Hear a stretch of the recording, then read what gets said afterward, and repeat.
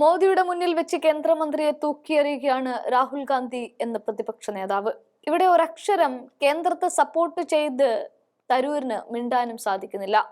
യൂറോപ്പിലേക്ക് മോദി അയക്കുന്ന സംഘത്തിന്റെ തലവനായി സ്വന്തം പാർട്ടിയോട് പോലും ചോദിക്കാതെ പോകാൻ പെട്ടിയും വട്ടവും തയ്യാറാക്കിയ തരൂർ ഒരു നിമിഷം രാഹുലിന് മുന്നിൽ മുട്ടുകുത്തേണ്ടി വരികയാണ് എന്ന് തന്നെ പറയാം. നാക്കൊന്ന് പിഴച്ചപ്പോൾ രാഹുൽ അവിടെ കയറി പിടിക്കുകയായിരുന്നു.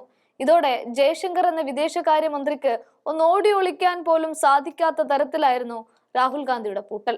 ഇവിടെ ഒരൊറ്റ ചോദ്യമാണ് കൃത്യമായി രാഹുൽ ചോദിക്കുന്നത്. ആ ചോദ്യത്തിന് പക്ഷേ കേന്ദ്രത്തിനോ വിദേശകാര്യമന്ത്രിക്കോ യാതൊരു ഉത്തരവുമില്ലാതെ ബബ്ബ അടിക്കുകയാണ്.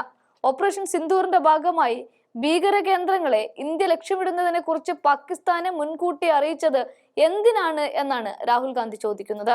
കേന്ദ്ര സർക്കാർ പാകിസ്ഥാനെ ഇക്കാര്യം നേരത്തെ അറിയിച്ചു എന്ന് എസ് ജയശങ്കർ പരസ്യമായി സമ്മതിച്ചിരുന്നു എന്നും രാഹുൽ ഗാന്ധി ആരോപിക്കുന്നുണ്ട്.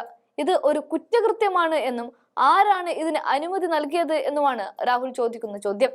സമൂഹ മാധ്യമമായ എക്സിലൂടെ രാഹുൽ ഗാന്ധി എസ് ജയശങ്കറിനെതിരെ രംഗത്തെത്തിയത്. പാകിസ്ഥാനെ മുൻകൂട്ടി അറിയിച്ചിരുന്നു എന്ന വീഡിയോ എക്സിൽ പങ്കുവെച്ചുകൊണ്ട് എല്ലാ തെളിവുകളും നിരത്തിയാണ് രാഹുൽ ഗാന്ധിയുടെ കടന്നാക്രമണം.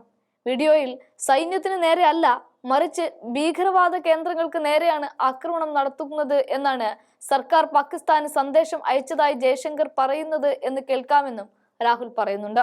അതൊന്ന് കാണാം.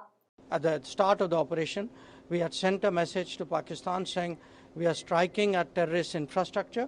We are not striking at the military. So the military has an option of standing out and not interfering in this process. They chose not to take that good advice.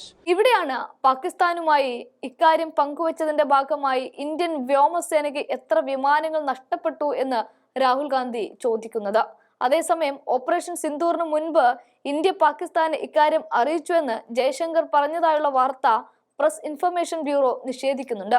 വിദേശകാര്യമന്ത്രി അത്തരമൊരു പ്രസ്താവന നടത്തിയിട്ടില്ല എന്നാണ് അദ്ദേഹത്തെ തെറ്റിദ്ധരിക്കുന്നു എന്ന് പറഞ്ഞുകൊണ്ട് PIBയുടെ ഫാക്ട് ചെക്ക് യൂണിറ്റ് അറിയിച്ചത്.